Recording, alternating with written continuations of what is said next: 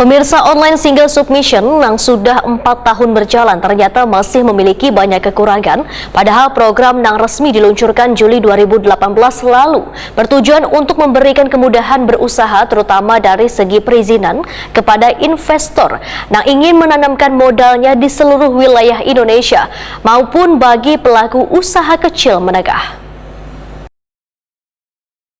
Online single submission yang sudah 4 tahun berjalan ternyata masih memiliki banyak kekurangan. Padahal program yang resmi diluncurkan Juli 2018 lalu bertujuan untuk memberikan kemudahan berusaha terutama dari segi perizinan kepada investor yang ingin menanamkan modalnya di seluruh wilayah Indonesia maupun bagi pelaku usaha kecil menengah. Demikian dipadahkan Kepala DPMPTSP Banjarmasin Aryani Wetakuni Prima TV Baisukan Jumat 9 Desember 2022. Di Banjarmasin, penggunaan aplikasi online single submission, ujar Aryani, sudah banyak digunakan oleh pelaku usaha yang ingin mendaftar untuk membuka usaha lantaran aplikasi tersebut dianggap lebih mudah dan cukup dilakukan secara online. Walaupun begitu, aplikasi ini masih banyak memiliki kendala yang dirasakan oleh Dinas Penanaman Modal dan Pelayanan Terpadu Satu Pintu DPMPTSP selaku instansi yang menangani langsung mengenai perizinan usaha ini. Sedangkan kendala yang dihadapi bukan lantaran kada sinkronnya data pemilik usaha yang telah terdaftar melalui OSS online dengan milik DPMPTSP,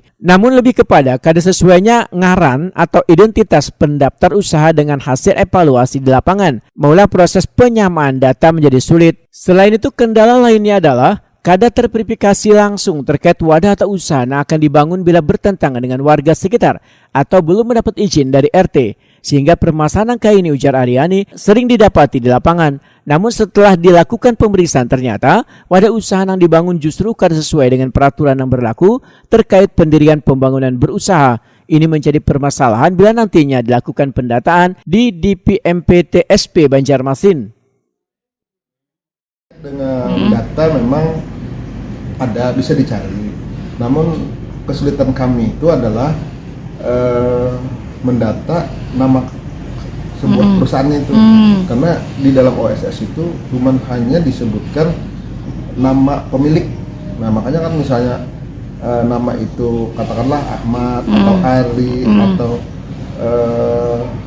Muhammad, pokoknya yang terkait dengan nama-nama, misalnya kan banyak tuh nama-nama orang itu kan. Nah itulah kesulitan kami dalam mencari nama sebuah perusahaannya itu. Nah itulah kendala yang ada di sini. Dan juga OSS ini kan orang membuat itu di rumah pun bisa ya. Jadi tidak ada izin di tetangga sebelah menyebelah. Nah itulah yang menjadi salah satu kendala di tempat kami kan. Karena begitu ada aduan baru kami mencari data tempat usaha. Aryani menambahkan, Dinas Penanaman Modal dan Pelayanan Terpadu Satu Pintu Banjarmasin mempermudah pelaku usaha kecil dengan menyiapkan wadah yang berisikan petugas dengan ngaran pojok OSS yang nantinya akan membantu pelaku usaha untuk mendaftarkan usahanya melalui online single submission. Sementara itu, pelaku usaha di Banjarmasin yang telah terdaftar melalui aplikasi online single submission di tahun 2022 ini lebih dari 7.000 orang.